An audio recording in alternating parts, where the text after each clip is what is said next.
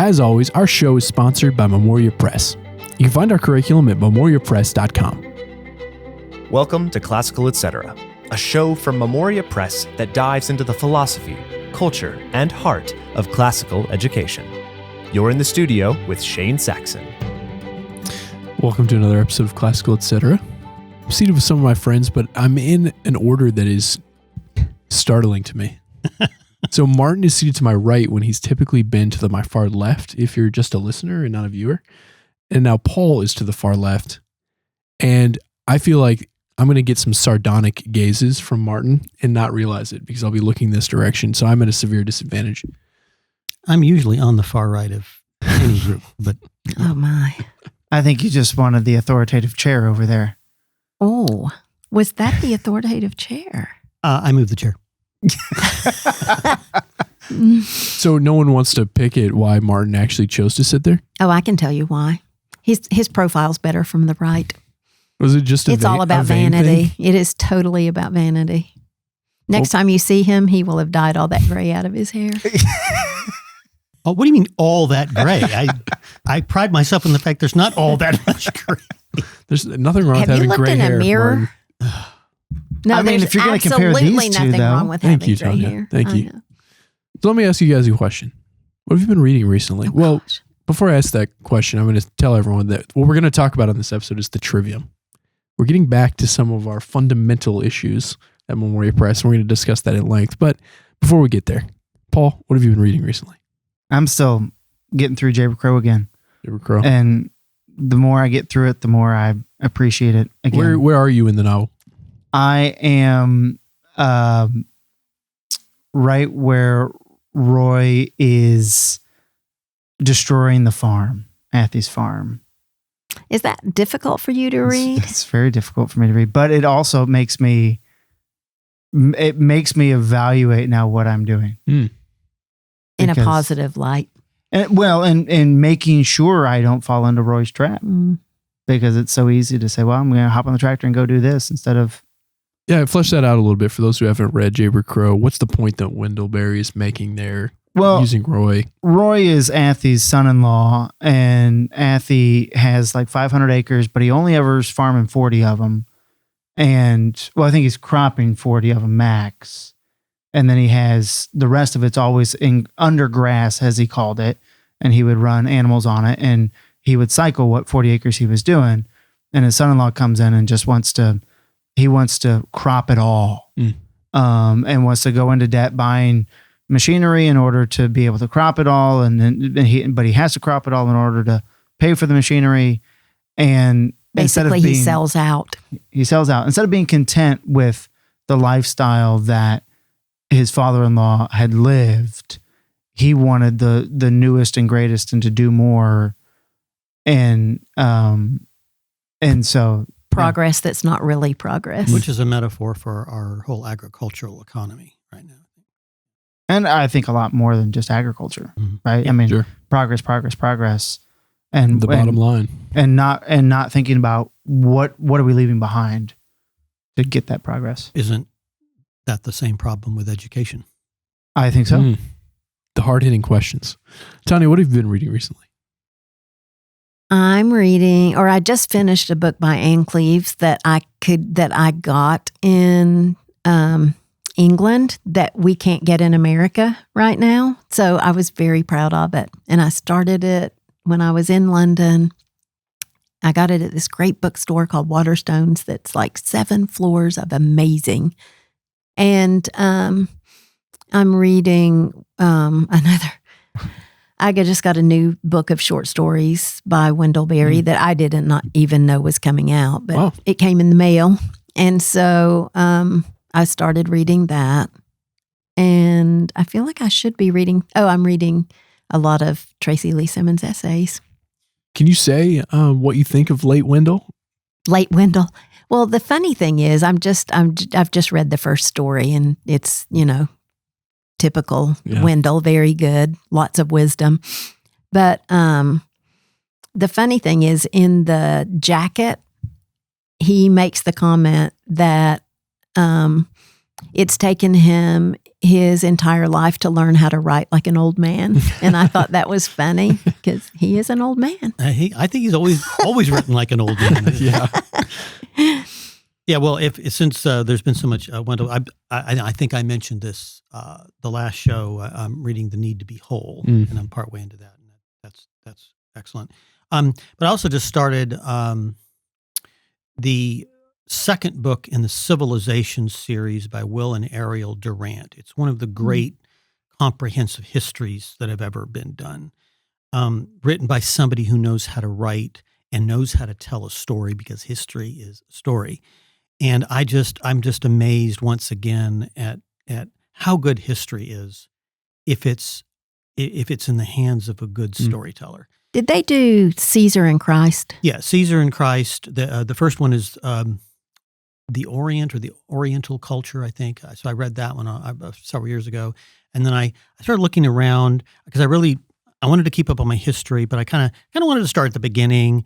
And there's a bunch of things out there. So, at first I thought, well, I'll read Winston Churchill's The History of the English-Speaking People. No, actually, Gibbon's The Decline and Fall of the Roman Empire would come before that. And then, well, actually, Will and Ariel Durant starts really at the very beginning. I'll just do that one first, and then I'll read Gibbon, and then maybe Macaulay and Churchill's histories. Churchill, interestingly enough, I was reading something about him the other day, and it made an observation that I had never thought about, and it's so true. Churchill was primarily not a politician. Churchill was a writer. That's how he made his money. That's how he kept himself. We think of him as a politician who also writes. It's actually the reverse. Right. That's interesting. That's how he would get just really in dire straits, and so he'd run off and write 1,500 pages. But his History of the English-Speaking People, isn't that huge? Yes. I think it's huge. The Durant series is 3 times that size. Wow. But you're just reading one of them. Yeah, right now, yeah. Well, I'm impressed by you, Martin. You guys will all be happy to hear that I am reading a new book during my feeding Jack time. My son Jack is 5 months old, and so I feed him every morning. It takes like 30 minutes because he always putzes around with the bottle. And during that time, I read a book on my Kindle. And so I just picked up The Beautiful and the Damned by F. Scott Fitzgerald. Okay. That's so funny because Ian and I were just talking. He's rereading Great Gatsby. And I said, I've read it 3 times. I don't like it. I've never liked it. I know we're going to get hate mail over that. But I've tried. I've really tried. And Ian said, well, maybe you need to try something else instead of I keep trying the same book over and over because his prose is beautiful. I find it very funny. I really like This Side of Paradise. Gatsby didn't leave much of an impression on me. I'm going to try something else, just in all fairness to Fitzgerald. Yeah, but so far, so good. I've enjoyed it, and I find him just the way he describes things is very, under low key. It's underplayed, underwhelming. Understated is the correct word. Yeah, I have every time I hear his name now, I don't think of Gatsby or any of his books. I think of A Movable Feast by Hemingway, where Hemingway's talking about taking care of Fitzgerald, who was a hypochondriac. I really want to read that. I haven't read that. It is of all Hemingway's books, and I do like Hemingway. I mean, I think there's a sense of nihilism in his writing in a way. Definitely. But he somehow supersedes that. And I think the most immediately enjoyable book I read of his is A Movable Feast. Yeah, because that's on my list. It's a chatty tell-all book about hanging out with writers in Paris in the early 20th century. Yeah. Yeah, that sounds good. The topic of today's discussion is the trivium. So the liberal arts are made up of 7 arts. 3 of them we call the trivium. 4 of them we call the quadrivium. The trivium and the quadrivium together make up the 7 liberal arts. Do you want me to name those for you, Martin? I'm just doodling. I'm not writing anything in form. Martin's not paying attention to the conversation. He's just doodling. I've heard all this stuff before. Paul, tell us what the trivium are. What are those 3 arts? Grammar, logic, and rhetoric. And what are grammar, logic, and rhetoric? We're really making your life difficult today, aren't we? Grammar is the art of communicating concepts. With words. Look, that's what you wrote for me. Yeah, you wrote it for me. Paul made me a chart because I didn't understand any of it. Excuse me, that chart is not Paul's. Oh. That chart is mine. I had to explain. And he's doodling on my chart. Paul made hold on. But if you notice, there's this little line here that Yes. shows grammar, logic, and rhetoric all were communicating with words. Right. But grammar by itself is the art of communicating a concept. And then logic would be the art of arranging those concepts into an argument for deductive reasoning. And rhetoric would be the art of taking those arguments and putting them in a persuasive form. Martin, what's the significance of the trivium? Among the liberal arts, I think people talk about the trivium more often. Given Paul's definitions, why are we talking about the trivium? Why is that concept important for us?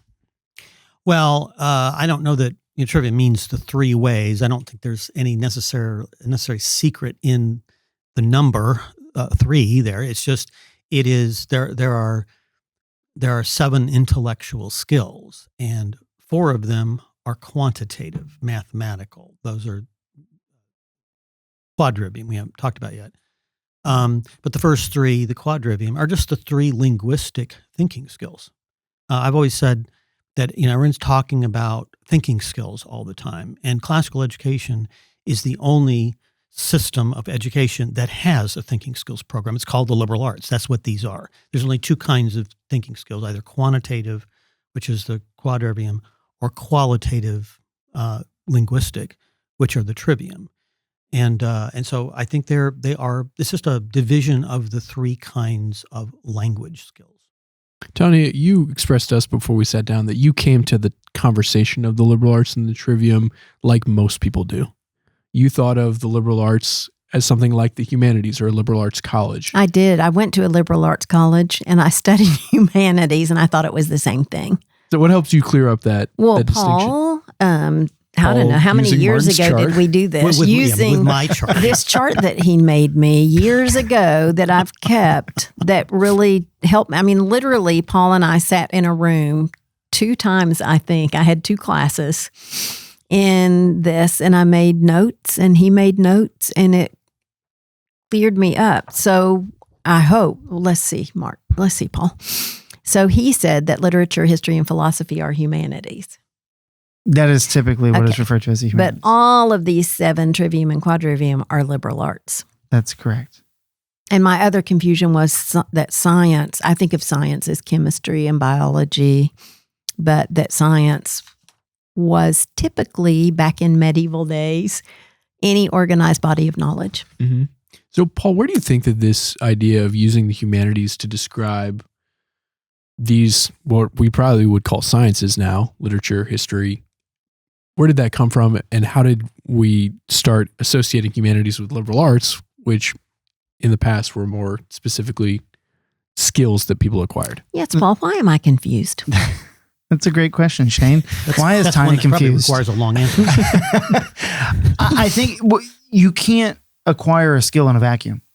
So I think the traditional way of mastering the arts of language was by studying literature and history and philosophy and using language in ways that would help the student acquire the skills of grammar, logic, and rhetoric. And so they were always learned together, which is why general culture started seeing them as one and the same. And then sort of the focus on acquiring the arts, the skills, they just kind of faded until all we were left with, well, we just study literature because we studied literature. Right. And I think my first confusion came in an article that Martin wrote where he was referring to science. Was this before you edited it or afterwards? No, it was during the editing process, and he kept referring to science as a liberal art. And I was like, you're crazy. Science is not a liberal art. And then he finally realized that I was really talking about humanities, not liberal arts. That my definition of humanities, I was limiting liberal arts to being literature, history, and philosophy. And that's the way it's popularly used. I mean, there's been a whole slate of books that have come out in the last 10 years on the liberal arts, and it almost always refers to the humanities. I think the reason, I think the way in which the sciences of the humanities, literature and history and philosophy, I think the reason those got identified with liberal arts is because we used to call them a liberal education. Now, if you say a liberal education, then you're including, it's just the education of a free person. So you're Which included the liberal arts and the sciences. Yeah, which included the arts and the sciences. And so that's what you see on the side of college walls, the arts, the Department of Arts and Sciences or whatever. And not just the liberal arts too, but also the fine arts. Right. But and it just, I think, just got a little confused. And I was really confused about what you were doing with natural science. Yeah, because, natural science is a science. I don't think I ever talked about that as an art. But I think we use the word science now. We've collapsed it down into just the natural sciences, and which used to be natural philosophy. Actually, scientists were not called scientists until about the late 19th century. Charles Darwin considered himself a naturalist, a natural philosopher. So I think we just need to be, just for clarification purposes, the arts are abilities or capacities, intellectual capacities. And that's what the liberal arts are, the trivium and the quadrivium. The sciences are just organized bodies of knowledge. Which include the humanities. Then there's three of them. There is literature, there's history, and there's philosophy. Those are the main ones. Now, those are the three moral. Those are three moral sciences, and then you have the three natural sciences: physical, earth sciences, and life sciences. You're reading off of Paul's chart. This is my chart. This is like when I was a server at a fancy restaurant, and someone would ask me the ingredients of a particular item, and I would look at their menu discreetly and read those ingredients. They still do this. I think we probably need to acquire a copy of this from whoever made it. Yes. And then put it in that I'll show loan you notes my for people. laptop. Okay. I really thought Paul made this for me. I'm not. I honestly don't recall where this came from. However, I will take Martin's word for it. I do think that we need to clarify that arts. I mean, I made the comment before that you can't study an art or a capacity in a vacuum. You need some content that you're going to play with. But there is actually some content embedded in that art, right? So, grammar is while it is the art of communicating a concept, there is a body of knowledge of rules of how this works. Right? In other words, it's taught as a subject. Yes. I mean, it's taught as a body of knowledge, and through that body of knowledge, you will acquire that skill. But then once you have that sort of body of knowledge, you have to practice that in other domains, and that's where the sciences come in. Paul, do you make that clarification to distinguish the way that we're using the trivium and describing it as grammar, logic, and rhetoric versus someone who would see it as a purely developmental paradigm for how children learn over time? No, I was really trying to clarify something I said before, but that is a very good point. Yes, that what we're trying to, I think, clarify here is the liberal arts from a medieval and Renaissance point of view, not sort of the 20th century point of view. The way the trivium was. Dorothy Sayers used it analogously, right? I mean, we would say that she knew what the trivium was from the medieval point of view, but in her Lost Tools of Learning, she used it as an analogy for developmental stages, and so that's a helpful paradigm. But what I think you're talking about is the medieval tradition, and I think that when you and I talked, this has been, I don't know how many years ago, we were at Poplar Level, weren't we? Yeah, I think so.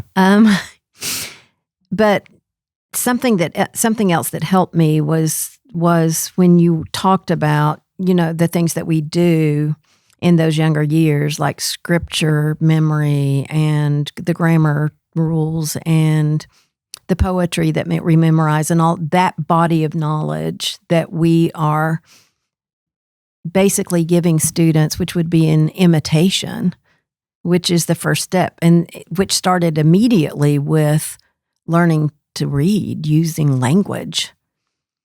And so, I mean, we say that the grammar stage is certain ages, but I remember Cheryl always saying, when you started Latin, you need to start, even if you're older when you start, and maybe in high school, you still have to start in the grammar stage.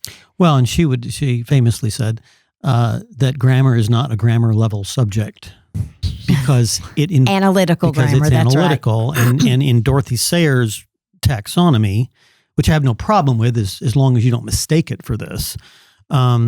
It's really a logic level or dialectical level subject. Grammar as a subject grammar, is really right. logic level subject. I find this all very confusing still. Which is good news for most people, probably find it confusing as well, but that doesn't mean that it's not helpful for our students to be exposed to it, even though these are confusing and difficult topics. Now, with the trivium particularly, you just pointed this out, Martin. It's not necessarily harmful to use Paul. No, Martin sits there. I know for sure. Sorry. Paul just mentioned that it's not necessarily harmful to talk about these as developmental stages. I think sometimes you also hear people saying that, each subject has its grammar, logic, rhetoric. Not a harmful way to look at it, as Tanya was saying. Right. But what they are themselves are skills that perfect the human who possesses them. Because I think the problem has been that Dorothy Sayers is a post-psychological thinker. In the late 19th century, with the rise of psychology, we all got very concerned about how people thought and how they learned. And so this became a big thing in education. And so we had everything got refocused from content to skills and ability on the part of the student. And we became concerned with child development. This was Dewey's Great Revolution. And so before that, nobody would have thought of stages of learning. They didn't talk about those things. You go back and you read Quintilian, who was the great pedagogue of ancient times. He's not talking too much about how kids learn, other than if he's talking about the right way to teach phonics or something, which he does in his Institutes of Oratory. But so this focus becomes very child developmental and very psychological. And so we start coming up with taxonomies of learning. And Dorothy Sayers was one of the first, actually. It came out about 7 years before Benjamin Bloom came up with what we now know as Bloom's taxonomy of learning, which every education student learns in ed school. So you can come at it from a developmental standpoint, from a psychological standpoint, but that's very different from coming at it from a more ontological or philosophical perspective, and you just need to be careful not to confuse the two. And what has happened is people have confused those two perspectives, and they think they're one and the same, and they're not. So, Paul, how does the trivium manifest itself in our classical schools, or how should it? How does it in the online academy? Where can the liberal arts, specifically the trivium, be found? Well, everywhere. Thank you, Tanya. Thank you. It's really, it is hard to pinpoint it because, for example, take logic, right? So we're trying to teach them the art of rational thought, right? Being able to deduce things, induce things. But we have to start that and we have to start getting students thinking in those patterns, 4th grade, 5th grade, 6th grade, right? But we're preparing them for that sort of rational step-by-step thought through their study of Latin, right? Which is a very, very systematic way of looking at language, right? And when they study logic as logic, right? Where they study the syllogism and the kinds of statements, they're going to have that same kind of process of thought. But we wouldn't call it. We're not studying logic as logic in 4th or 5th grade, but we're doing things to prepare them for it, right?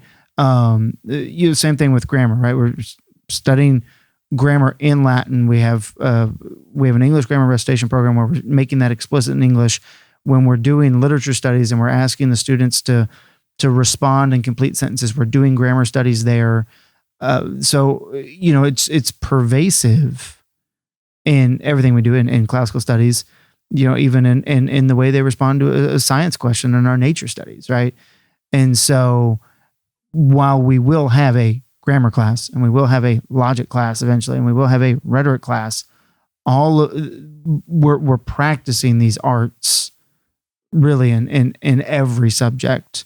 And the one thing I'll say about rhetoric is really our composition program, the classical composition, the progymnasmata, really those are rhetorical exercises.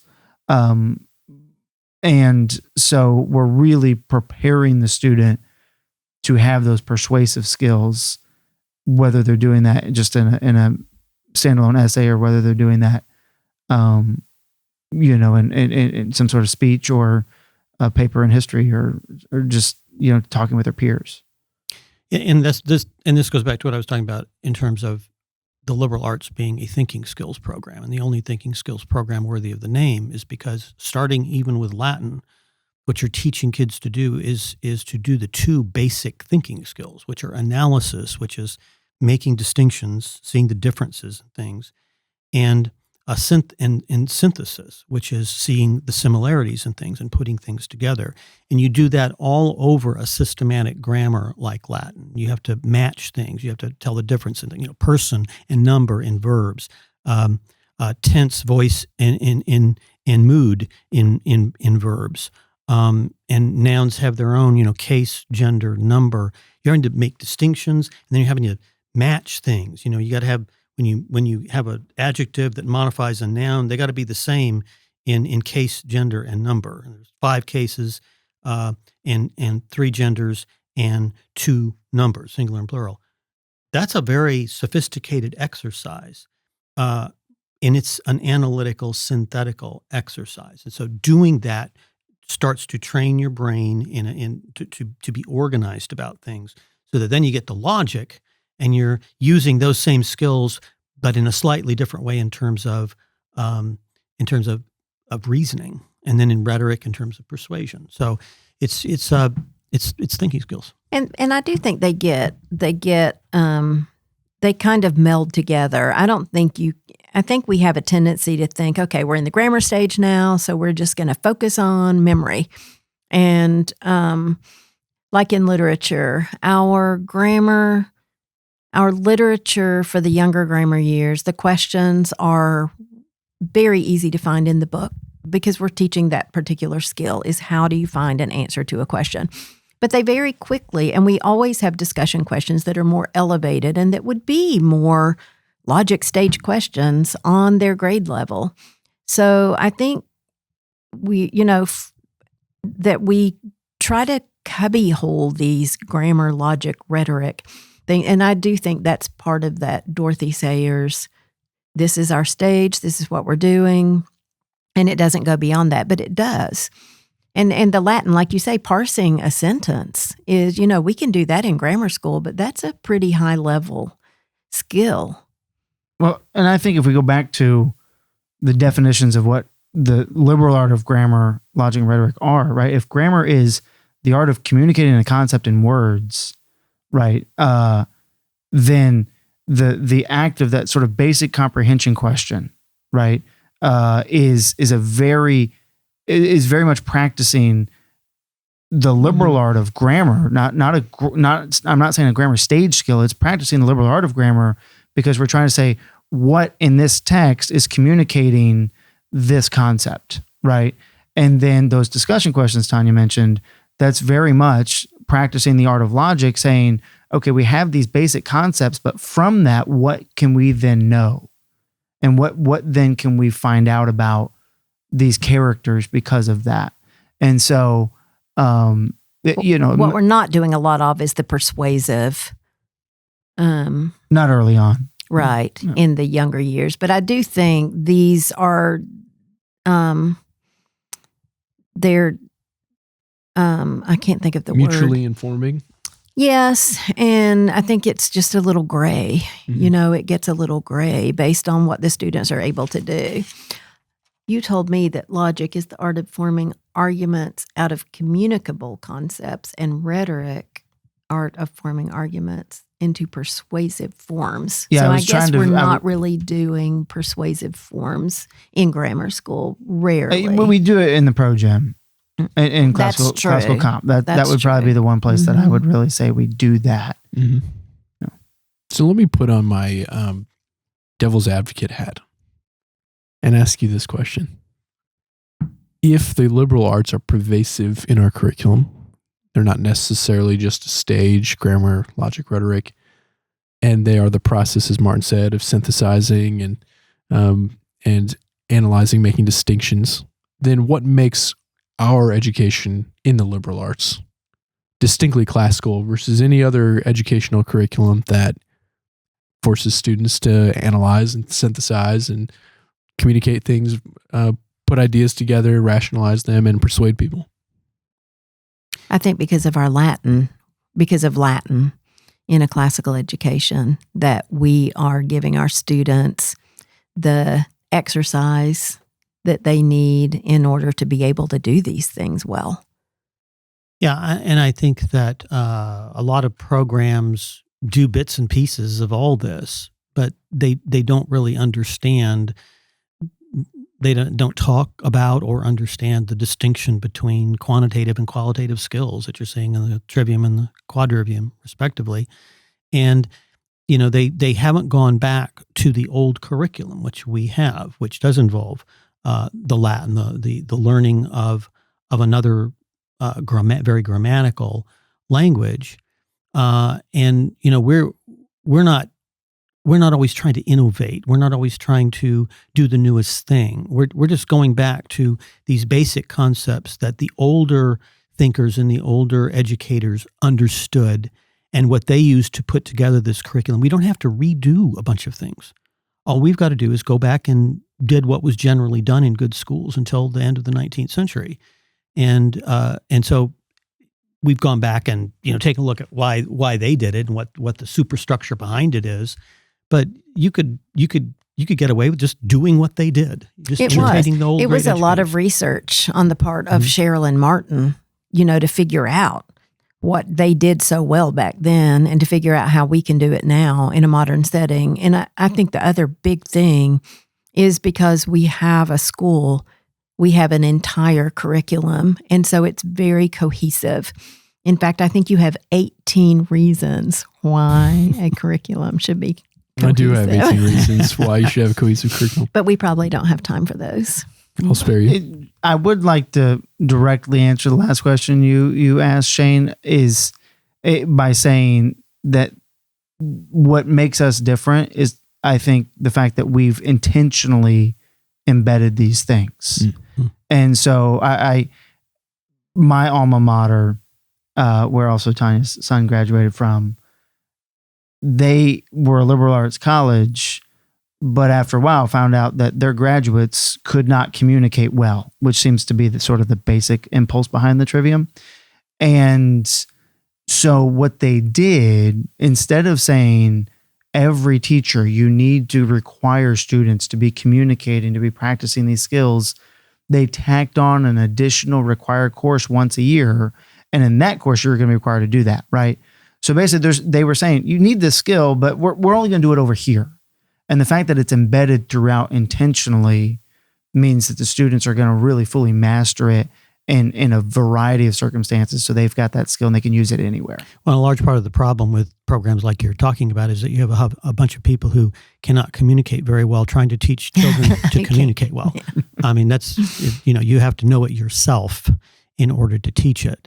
So I think that this is why we're in the boat we're in right now, is because in the first part of the 20th century, classical education started to get questioned by the people who were more focused on the psychology and on vocational education, and the classical educators of that time had a hard time defending themselves because they had just presumed this all along for centuries. And all of a sudden they're being asked, why do you do it this way? And they didn't have a good answer.